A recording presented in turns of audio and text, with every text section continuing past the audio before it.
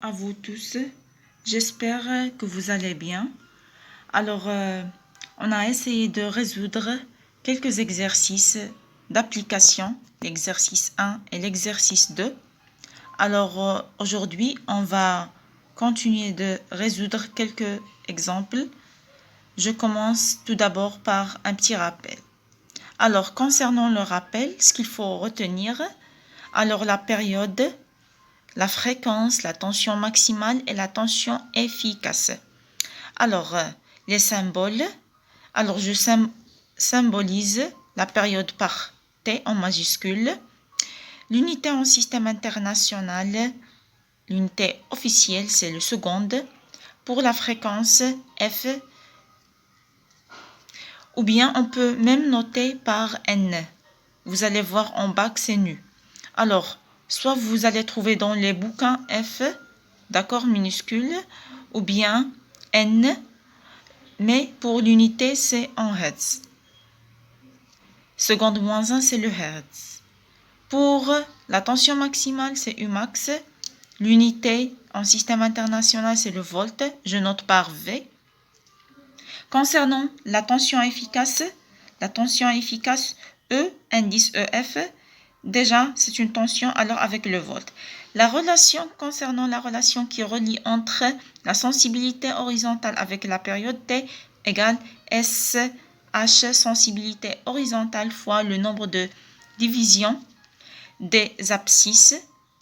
Pour F, on peut déduire F égale 1 sur T. D'accord?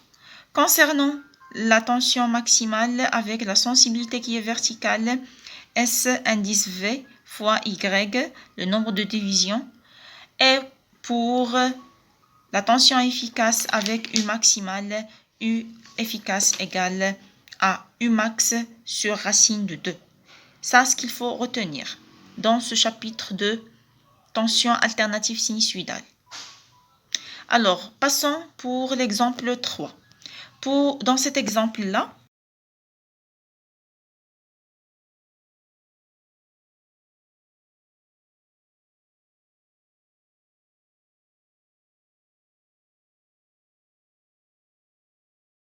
vous pouvez le voir dans cet exemple 3.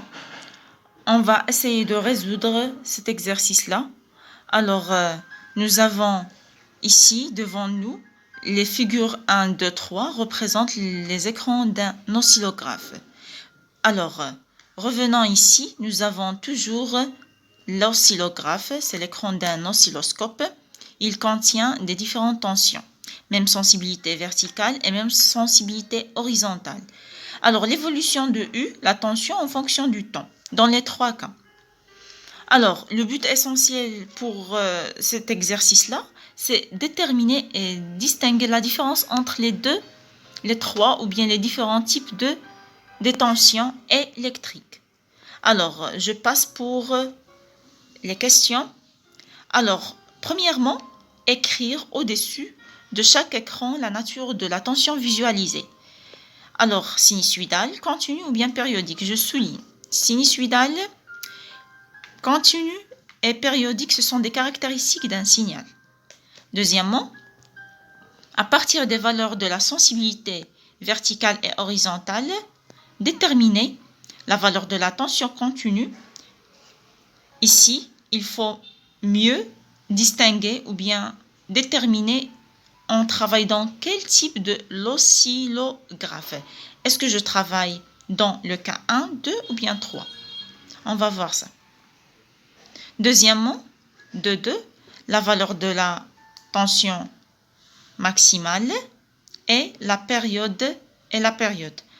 Dans le cas de la tension périodique non sinusoïdale, je souligne périodique non sinusoïdale. Troisièmement, de 3, la tension maximale ou bien la valeur maximale et la tension efficace dans le cas de l'oscillographe tension sinusoïdale. Et de 4, quatrièmement, la période et la fréquence, c'est très simple pour la tension sinusoïdale.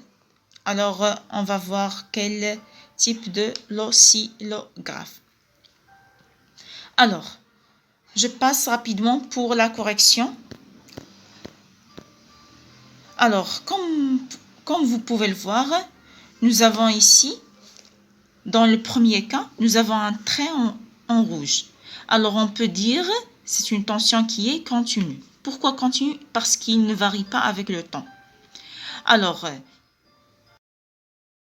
je complète après avoir déterminé la tension maximale et la période pour tension périodique non sinusoïdale dans l'oscillographe 2, passons pour faire la correction de même partie, deuxième partie, la question numéro 3. La tension maximale et la tension efficace. Pour la tension maximale et efficace pour la tension qui est comment il est, variable, alternative, sinusoïdale, les 4 propriétés, alors on va exploiter l'oscillographe numéro, quel numéro 3, bien évidemment, très très bien. Alors, celui-là, il forme sous forme d'une vague. C'est pour cette raison, ce motif-là, une vague, c'est pour cela on dit c'est sinusoïdal. Sinusoïdal. Bon. Je commence par la tension maximale. La tension maximale, par sa définition, alors c'est la sensibilité verticale fois le nombre de divisions. C'est bon? Alors, je fais l'application numérique 100 volts par division fois 3 divisions. Alors, pour combien de divisions? Je compte. 1, 2, 3. 3 divisions selon l'axe. Attention, il ne faut pas faire 1, 2, 3, 4, 5, 6. Ça, c'est faux. Toujours, je compte d'après l'axe des abscisses. C'est bon? Passons pour faire la correction. Alors, j'écris de cette façon. Alors, 100 volts par division fois 3 divisions. Alors, 3 fois 100, ça donne 300 volts. C'est bon? En fin de compte, on nous demande de déduire à partir de la tension maximale la tension efficace dans même oscillographe numéro 3. Alors, je vais écrire d'après la relation qui relie la tension max avec U, la tension efficace. Il est défini par quelle relation, par quelle expression? J'écris U, indice EF, la tension efficace égale la tension max sur racine de 2. Déjà, cette notation dans le cours. J'applique l'application numérique à N, l'abréviation. Alors, combien la valeur précédente? 300 volts. Divisé par combien? Racine de 2, j'applique, ça donne 212,13 volts. Alors, c'est la fin de cette vidéo.